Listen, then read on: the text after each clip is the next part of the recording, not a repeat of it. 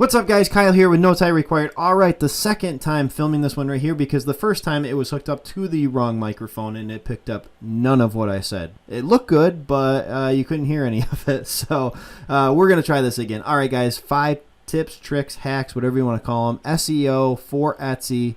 Let's go.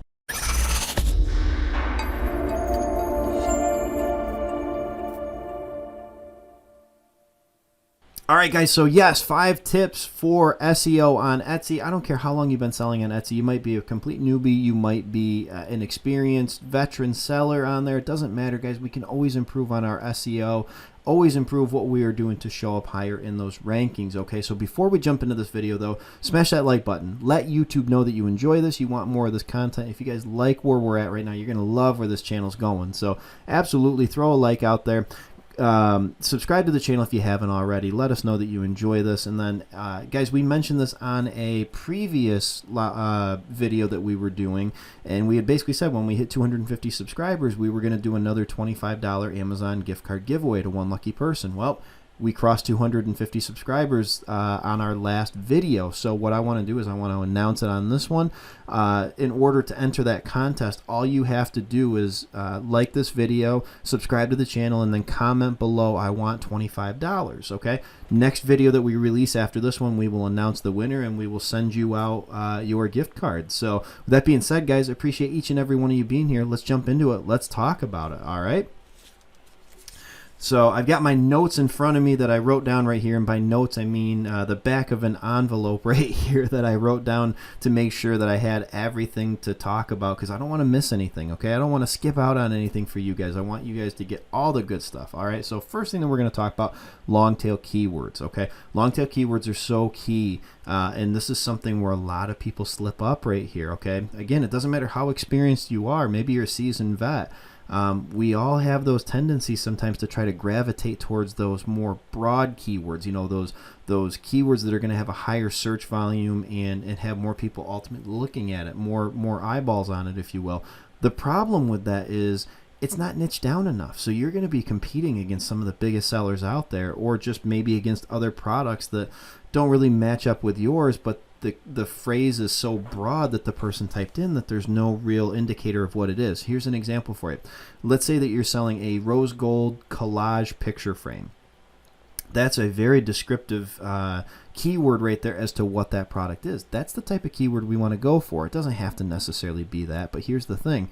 If a customer looks for that, there's a good chance that's what they're looking for. If that's what they typed in, you know that that's what they're looking for, and bingo, you're right there. If they type in rose gold picture frame, again, because that's a subset of that larger rose gold collage picture frame, you're probably going to show up for that as well. And still, it's a very targeted customer because they are specifically looking for the type of product that you sell. That's comparative to if you were going after, let's say you just put in wall decor. Okay, that could be descriptive of a million different things, you know, so that's going to be a very competitive keyword. It's not very descriptive in terms of exactly what the customer wants, so it's going to be much harder to get conversions on that, and that's the biggie right there is conversions. Etsy loves conversions. Amazon loves conversions. All these companies, that's what they want is conversions. So always remember that, not only for Etsy, but I guess that would be a good tip for any of you Amazon FBA sellers out there as well. Guys, you don't always have to go for those, you know, 10, 20, 30,000 search volume keywords. You know, stick to that niche and just dominate those keywords that you should be dominating, and you're going to be just fine. All right, number 2, recency. Okay, how recent of a listing is it? And this one's really interesting because Etsy actually has come out and basically said that the more recent a listing is, if it's a newer listing, they are actually going to give them a little bit of a boost, you know, in their ranking or their rankability. Is that a word? I think their ability to rank higher, I guess. I don't know. But we're going to go with rankability. I kind of like that. But so what I would say is if you have any SEO changes that you want to make, so if you're going to change any keywords, anything like that, any tags, anything in your title, what I would do is I wouldn't change the current listing, especially if it's selling well. I wouldn't change that. I would copy that and create a new listing with the new keywords that you want in there, and then split test them, A/B test them, and figure out which one works better. Maybe they both work great, and then you're golden. You're perfect. But if not, split test to figure out which one works best. But I wouldn't change something. If it's not broke, don't fix it. And that's something we're going to come back to in the fourth tip. But I just wanted to bring that up there, bring that to your guys' attention.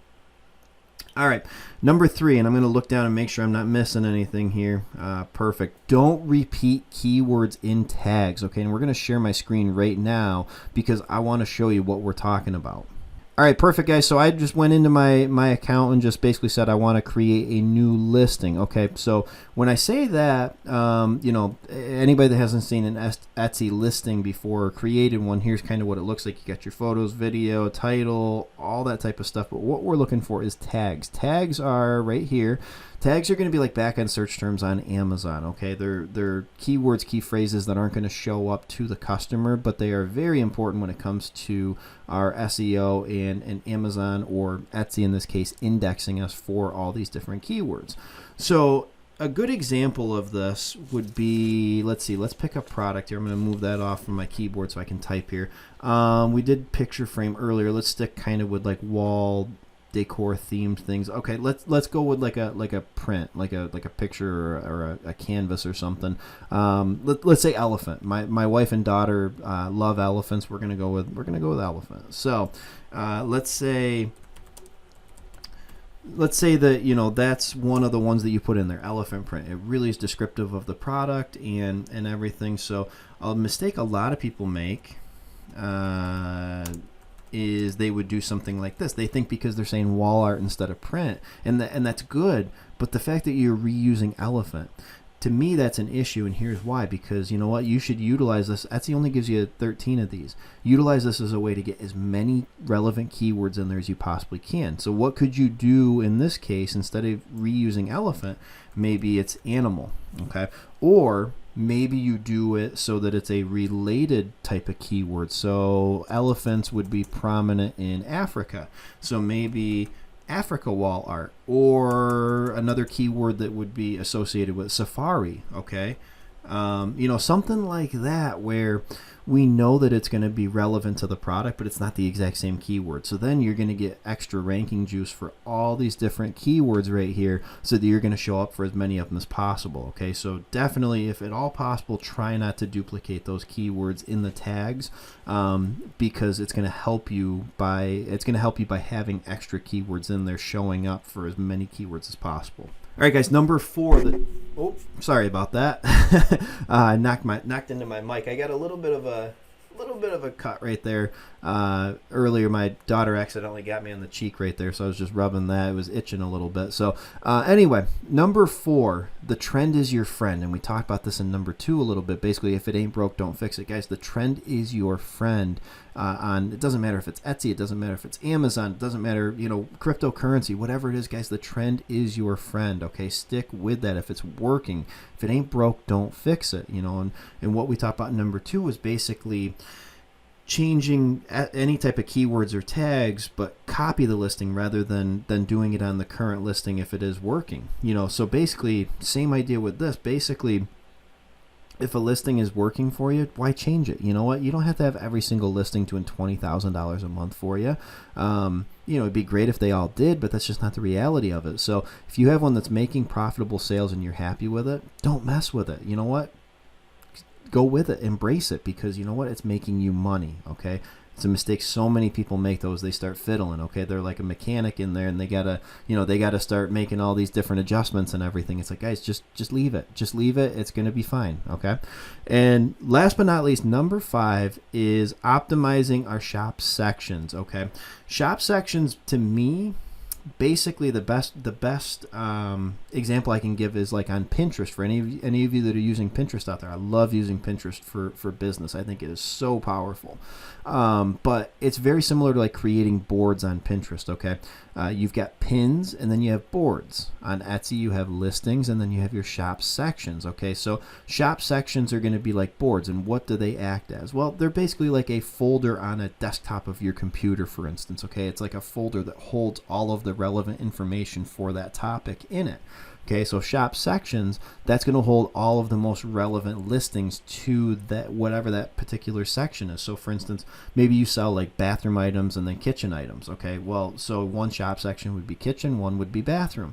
it makes it easier for the customer to figure out what they're doing, but also from Etsy's standpoint, they are going to give you kind of bonus points for having all that stuff sectioned out, and it's going to make it so much easier for them to be able to showcase you in the most relevant way possible to the customer. So guys, super simple right there, but highly effective. 5 tips right there on increasing your SEO for Etsy, hopefully increasing your conversions and ultimately getting seen by more people, creating more sales, and scaling your business. Okay, so guys, as always, smash that like button, comment below I want 25 if you want that $25 gift card, and also subscribe to our channel to continue to keep getting more and more content like this.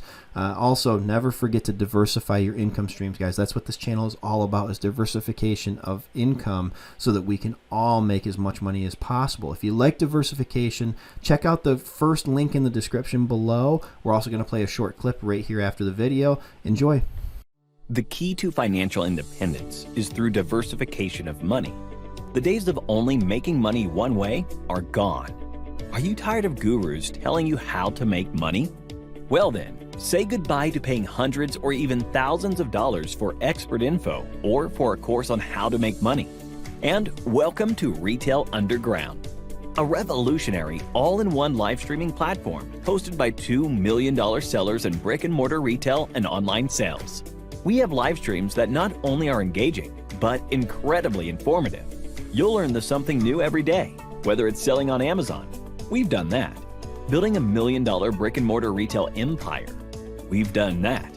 Investing in the latest cryptocurrency. We are sharing all of our trade secrets, and you'll have fun along the way. Click on the link below for a free 10-minute webinar and begin your journey to financial independence.